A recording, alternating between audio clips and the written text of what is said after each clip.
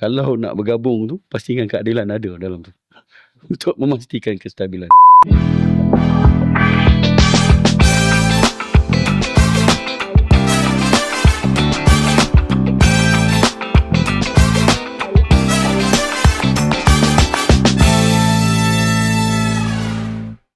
Apakah realistik untuk pengimbang ataupun negeri lain dipanggil pembangkang, di Johor dipanggil pengimbang, untuk parti-parti selain daripada parti pemerintah di negeri Johor ini untuk bekerjasama ataupun sekurang-kurangnya duduk semeja berbincang dalam menghadapi pilihan raya negeri yang akan datang?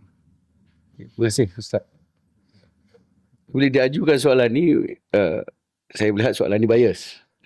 Kerana sebagai orang keadilan yang sedikit sebanyak terlibat dalam rundingan, saya nak kongsi, mungkin maaf sedikit kempen pada keadilan. Keadilan dilihat. Saya nak mengatakan keadilan itu adalah tunjang kepada kestabilan.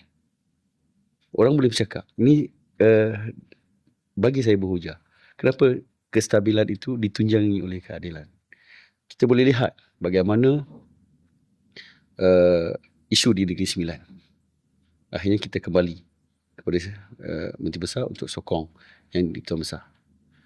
Akhirnya kita boleh lihat tidak ada kekecohan itu boleh dikawal. Alhamdulillah. Jadi kita nak beritahu juga, disiplin yang dalam keadilan ni sangat-sangat tinggi. Dan kita nak beritahu, siapa yang tidak berdisiplin dalam parti keadilan ni tadi, dia tak ada tempat. Saya nak beritahu. Bagaimana kita boleh meletakkan agenda rakyat, suara rakyat, kepentingan rakyat itu sebagai kita punya prioriti. Kita tolak ke tepi isu kepentingan.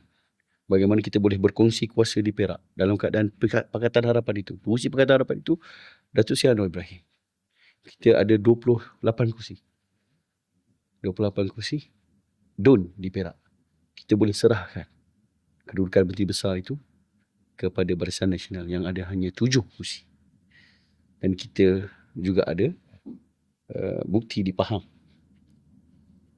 Pergeseran berlaku. Kita melengkapi kerajaan negeri Pahang, tidak ada nak mengugut. Kau tak buat ni, kami nak tarik sokongan. Kan? Tidak ada. Jadi saya nak beritahu, kalau nak bergabung tu, pastikan keadilan ada dalam tu. Untuk memastikan kestabilan tu. Sebab kita ada bukti. Bagaimana dalam saya nak cerita bagaimana keadilan itu yang ditohmah kepada Datuk Seri